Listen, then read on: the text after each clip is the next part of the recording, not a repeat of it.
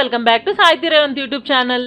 ఇప్పుడు శ్రావణ శుక్రవారాలు అయితే వచ్చేసాయి కదండి. అమ్మవారికి ప్రసాదం కోసం ఎంతో ఈజీ రెసిపీ మేము ముందుకైతే తీసుకొచ్చేసాను. ఇది వచ్చేసి గోధుమ రవ్వ పులిహార అండి. ఇప్పుడు ఎలా చేసుకోవాలో చూసేద్దామా. ముందుగా 1 కప్పు గోధుమ రవ్వ అయితే ప్యాన్లో వేసుకోవాలండి. వేసుకొని దాన్ని గోల్డెన్ బ్రౌన్ కలర్లో ఫ్రై చేసుకోవాలి.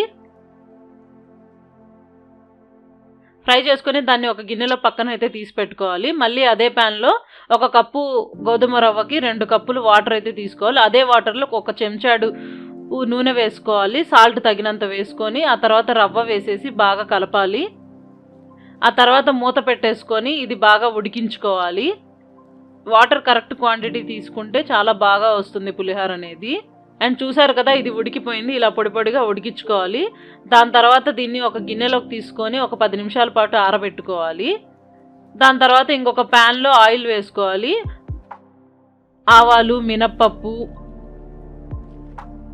పచ్చెనపప్పు, జీలకర్ర వేసుకొని ఫ్రై చేసుకోవాలి. ఆ తర్వాత పల్లీలు కూడా వేసుకోవాలి.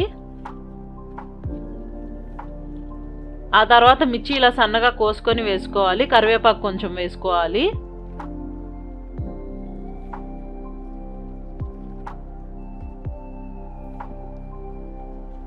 దాంట్లో కొంచెం పసుపు, ఇంగువ వేసుకోవాలి. అవి బాగా ఫ్రై అయిన తర్వాత స్టవ్ ఆపేసి నిమ్మకాయ అయితే వేసుకోవాలి.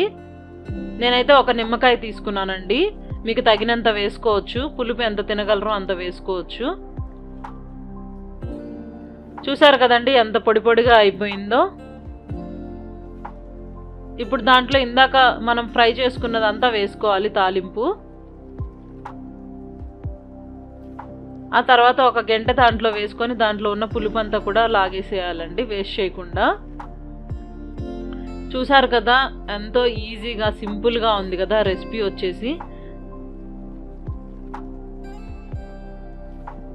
పొద్దున్నే అమ్మవారికి ఈ ప్రసాదం చాలా సింపుల్గా చేసేసుకొని పెట్టేసుకోవచ్చు. ఎంతో టేస్టీ అయిన గోధుమ రవ్వ పులిహార అయితే రెడీ అయిపోయిందండి.